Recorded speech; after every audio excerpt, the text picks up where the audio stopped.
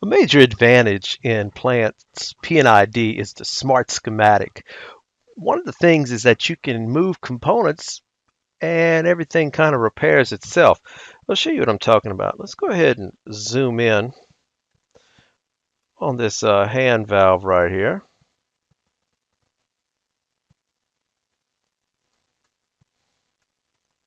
And I'm going to go ahead and I'm going to grab it. Notice whenever I move this over, if I grab it by this grip right here, all I have to do is drop it and it moves it over and everything is kind of healed up and take the line, rejoins everything.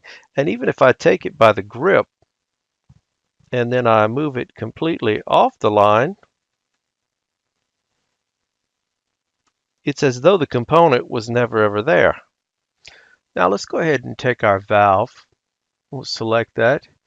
Make sure we catch it by the grip so we see the move component. And we'll put it back on our line over here using our nearest snap to get that on there. Now notice whenever we put it back on, everything's fine again. It's all rejoined. So those things are kind of built in there. Whenever I select it, you'll see this arrow that drops down. That's a substitution arrow. And with that, we can substitute for another type of valve. We'll go ahead and go through a couple of different types of valves that you have.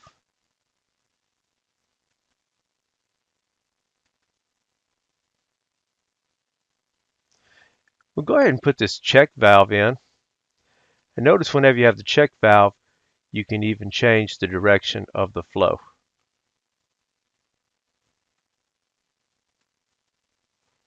Another thing that we can do is we can move the S lines very easily. Let's go ahead and select a line here. And notice it selects everything that's connected in the line. You see these blue diamonds? This is going to allow us to move that S line parallel. So if you select that and then you can pull it up in a distance, you'll notice it moves the S line and anything that's connected with the S line is going to move with it. So if you see we can do that, automatically makes the corner there. And a very simple way for moving your S line, keeping everything intact. One thing that we can do with an S line, in addition to some of the other examples that we've discussed, if you click on this line, you'll see that there's a plus sign at the end of the line, and that's going to allow you to continue routing your line. So all you need to do is drag it out, and you can even continue in multiple directions. Works on the opposite end, not just at the arrow end, but at both ends. You'll see that you have a plus sign here as well that you can use to lengthen or shorten the line. And it's as easy as that. And depending on the component that you choose, you can also change some of the things by the properties. Go ahead and do a right click here and go to the properties, and you'll see that we could change the color of that line. We could change its line type scale or its line weight. I mean, we can even go in and we can tag the line. So we could choose a size for it, go in and choose a spec, a pipeline service, and then we can even give it a pipeline number.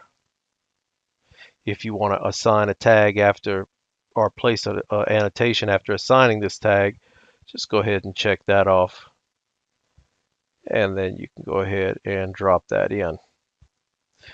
And you still have others. You can come in and you can, there's other information that you can edit, such as manufacturers, model numbers, and with different components, you'll also have different options. So these are just some of the things related to moving equipment and ways that you can easily modify your P&ID drawing in Plant 3D.